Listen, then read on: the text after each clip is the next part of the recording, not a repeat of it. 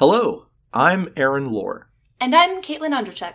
And this is the Endocrine News Podcast.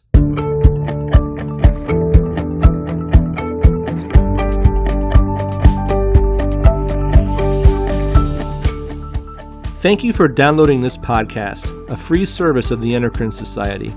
In this episode, we talk about adrenal fatigue and failure with James Findling, clinical professor of medicine and director of the Community Endocrinology Center and Clinics at the Medical College of Wisconsin in Milwaukee.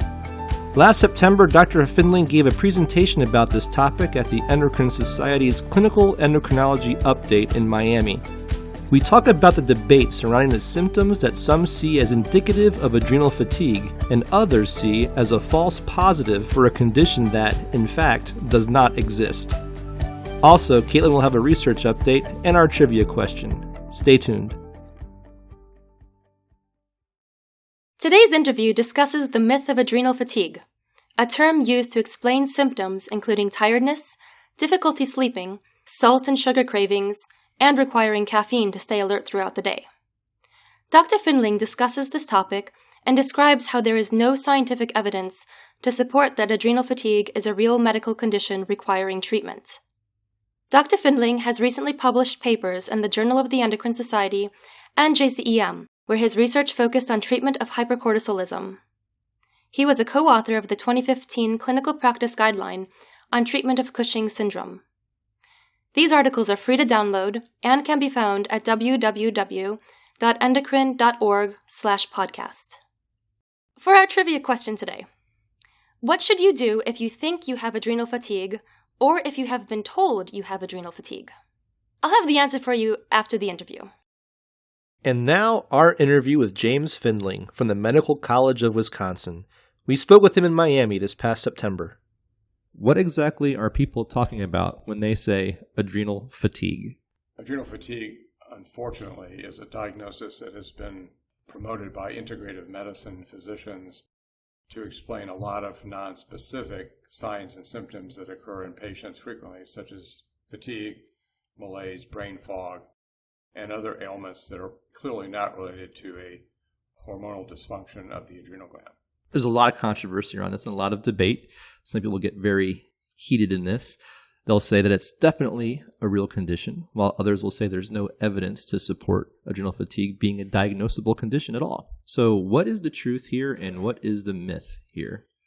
Well, failure of the adrenal glands with underproduction of steroid hormones such as cortisol is a real entity described in the middle part of the 19th century, in fact. But the idea that these patients have some downregulation of adrenal function because of stress or chronic illness is not supported by any scientific evidence whatsoever. Moreover, the administration of corticosteroids in these patients has not been shown to have any benefit. For example, there are patients who have a chronic fatigue syndrome, which is a well-established diagnosis for which there is no established cause. It does not benefit from the administration of glucocorticoids for any sustained period of time.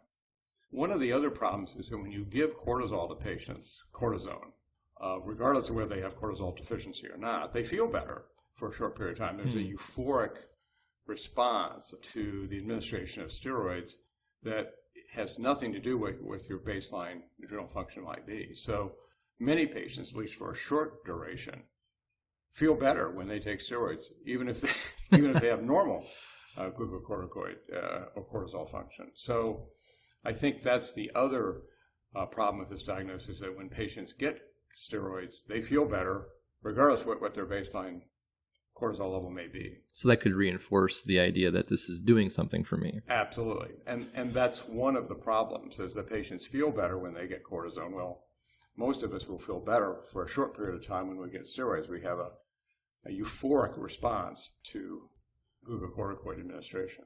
So I did something a little fun before this interview, fun being a relative term, and I looked online to see what others are saying about adrenal fatigue, and I found a lot of headlines. I found one that said adrenal fatigue is the chief cause of anxiety. I found one that highlighted recipes to help with your adrenal fatigue, And surprisingly, I found another headline that said a professional cyclist who races, he put his racing career on hold due to adrenal fatigue. Now, if, as we established earlier, adrenal fatigue is not an accepted medical diagnosis, why is it so widespread? Well, throughout the history of medicine, physicians have always used diagnoses that have no scientific basis to support non-specific complaints that patients have, and used various vitamins and potions to treat them. And there is a placebo effect to all of these compounds. In fact, one of the things that was recently published is that some of these adrenal support compounds that are provided to patients with adrenal fatigue actually contain steroids. So that, in fact, this was quite a shock, because I had told patients for many years that, oh, this is just, placebo. But in fact, most of these compounds not only contain steroids, they all contain thyroid hormone, T3. So that when you give somebody a little extra thyroid hormone and a little extra steroid all at the same time, there will be some effect. I don't think that justifies the administration of these support compounds at all. But it underscores the problem is that we're giving patients not only steroids, we're giving them thyroid hormone when we give them adrenal support compounds. I think this is a tragedy. I think it's unfortunate that the integrative medicine community has embraced this diagnosis, which has, as I mentioned earlier, no scientific validity. But we're stuck with it, and we have to deal with it often in our practices. I try not to dismiss the diagnosis out of hand. I say, well, it's possible that you might have adrenal insufficiency. Let's do a dynamic test of adrenal function to see if that's true. And invariably, these patients have normal adrenal function, normal responses of cortisol to ACTH administration. So I show them objective evidence that there's no cortisol deficiency. Sometimes that mediates and eliminates the diagnosis, but oftentimes it does not. But I think the most important thing is there's actually potential harm to these patients by certainly administering cortisol if they don't need it. And even in the so-called adrenal support compounds that are available without any FDA regulation actually do contain amounts of steroids and thyroid hormone. What if some of these compounds that you're talking about are in there, like thyroid hormone, and people are taking these without their doctor knowing? What are some of the harms that might come from trying to treat this supposed condition? First and foremost, the administration of corticosteroids is not without some potential ill effects, even in small doses. Physiologic glucocorticoid, what we would consider physiologic glucocorticoid replacement, may even cause things like aseptic necrosis of the hip. I've seen actually that happen in a patient with adrenal fatigue who got steroid administration. Bilateral aseptic necrosis of the hip, avascular necrosis of the hip, I should say. I think the idea that small doses of glucocorticoids may not have any impact is certainly not true. Weight gain is common, and obviously that may lead to other cardiometabolic dysfunction and problems that are important. So I think the idea that just giving somebody physiologic glucocorticoids is safe is not true. Mm-hmm. Moreover, I think it's even giving extra thyroid hormone to patients is probably not good. And this is T3. All these compounds contain a lot of T3. And I think that could be deleterious to some patients, particularly with underlying cardiovascular disease. So I try to speak with some degree of certainty to the patient that they don't have a significant metabolic dysfunction of the adrenal gland, and that the hormone supplements that they're being given, or what they think they're being given, could be very harmful in the long run. A lot of people, when they get sick or maybe they're feeling a lot of fatigue or tiredness, one of the first things they might do is go online and just type in their symptoms and see what happens. And we see this all the time, this sort of self-diagnosis. Do you think in this era of so much information online that this self-diagnosis is feeding conditions like adrenal fatigue and making them seem like they're something more real? Because who isn't feeling tired, weak, or need a cup of coffee in the morning to get them going? Absolutely. There's no question that I'm sure there are blogs and all sorts of things online where patients claim that they have this diagnosis and feel better when they took support compounds. But I think most endocrinologists would agree that there is no scientific evidence whatsoever to support this diagnosis. Adrenal insufficiency is certainly a real diagnosis that needs to be properly diagnosed and treated. So what is adrenal insufficiency then?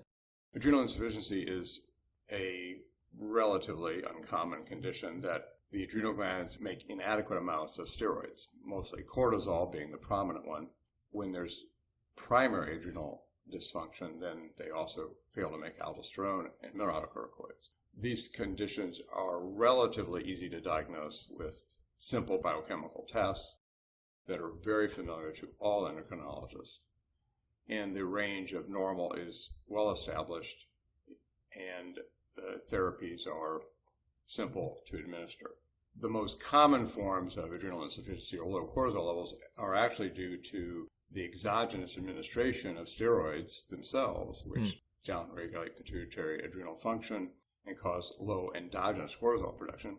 But since those patients are already taking steroids, they don't need to take additional steroids, of course. And drugs like opioids. I think one of the things we don't know very much about is why opioid therapy, obviously a widespread epidemic in the United States, causes downregulation of pituitary adrenal function and hypocortisolemia in many patients. And we also don't know what to do about that. There's just not any good prospective studies. But low cortisol levels are relatively common in patients on opioids. Whether they need to have adrenal corticosteroid support is a clinical decision. I rarely actually administer it in those patients, since I think it appears that most of them respond very well to stress, that their adrenal glands will respond to stress, but they may have low basal cortisol levels. I only administer steroids in those cases that have either weight loss or hypotension or really overt signs and symptoms of cortisol deficiency. So I think it's one of the overlooked causes of low cortisol level. Is it possible that someone who's going to go through a self-diagnosis process, or the uninformed healthcare provider who actually does give some sort of diagnosis of adrenal fatigue, may be masking an underlying condition that's going to get missed? So I'm feeling tired all the time. Even when I wake up after a long sleep, I still sometimes feel tired. Someone tells me I have adrenal fatigue. Was it possible that something else could have been going on, but by labeling it with this, those things never get found out? Certainly that's possible. In my practice, the most common cause of fatigue that's not an overt endocrinopathy is obstructive sleep apnea. So when somebody tells me they're tired and have brain fog and are sleepy or have malaise, the first question I ask is, do they snore? Because I think obstructive sleep apnea is a real important and potentially even life-threatening disorder that needs to be diagnosed and treated. So I make an effort not to dismiss their symptoms of fatigue and brain fog and malaise. Right. I dismiss them. They have those problems, but to try to find an authentic diagnosis that may explain them.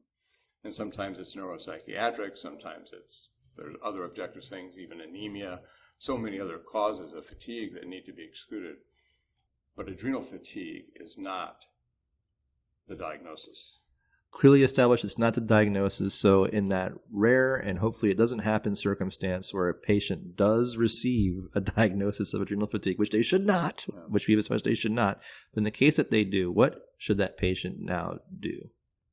I think that they should see an endocrinologist. The endocrinologist hopefully will not dismiss their symptoms, but will send them on a path of making the correct diagnosis. And that may start with doing a dynamic test of adrenal function, which is what I do. I do a rapid ACTH co-syntropin stimulation test and show the patient that they have a normal basal cortisol and a normal response to ACTH, and that their symptoms must be related to some other cause. And then we embark on a journey to try to find out what that cause may be. Now, we may not find an endocrinopathy, but we may find something else that is causing their fatigue and may help them. I think another thing I try to explain to them, that chronic stress, and this is the other thing that really upsets me about this diagnosis, is that people who promote it believe that chronic stress, physical, psychological, may somehow cause cortisol deficiency. In fact, it's just the opposite. I mean, chronic stress activates the pituitary adrenal function. So these patients probably have, throughout the course of a day, higher cortisol levels than the normal population. So if they were promoting a state of adrenal overactivity, I think they'd be closer to being correct than a state of adrenal underactivity. So in fact, they've got it all wrong. The physiology is exactly opposite of what they're saying. So I think if people were out there promoting that these patients have adrenal cortisol excess, they'd be much closer to the truth than adrenal cortisol deficiency. This has been a very illuminating discussion. Thank you so much for joining us. Really appreciate it. Okay, my pleasure. Earlier in this episode, I asked, what should you do if you think you have adrenal fatigue or if you have been told you have adrenal fatigue? As we've learned throughout this interview, adrenal fatigue is an unproven diagnosis. Physicians will urge you to get a real diagnosis as you may be suffering from adrenal insufficiency, depression, sleep apnea, chronic fatigue syndrome, or other health problems. That's all for this episode. Thank you for listening to the Endocrine News Podcast. To learn more, visit www.endocrine.org/podcast. There you can find this episode and some helpful links. This is our final episode of 2018, and we have a lot of topics to discuss in the new year. Most of all, we want to know what you want to talk about. Let us know by emailing us at podcast@endocrine.org. You can subscribe to Endocrine News Podcasts on iTunes or wherever you get your podcasts. Be sure to leave a review on iTunes. Happy holidays, and thanks again for listening.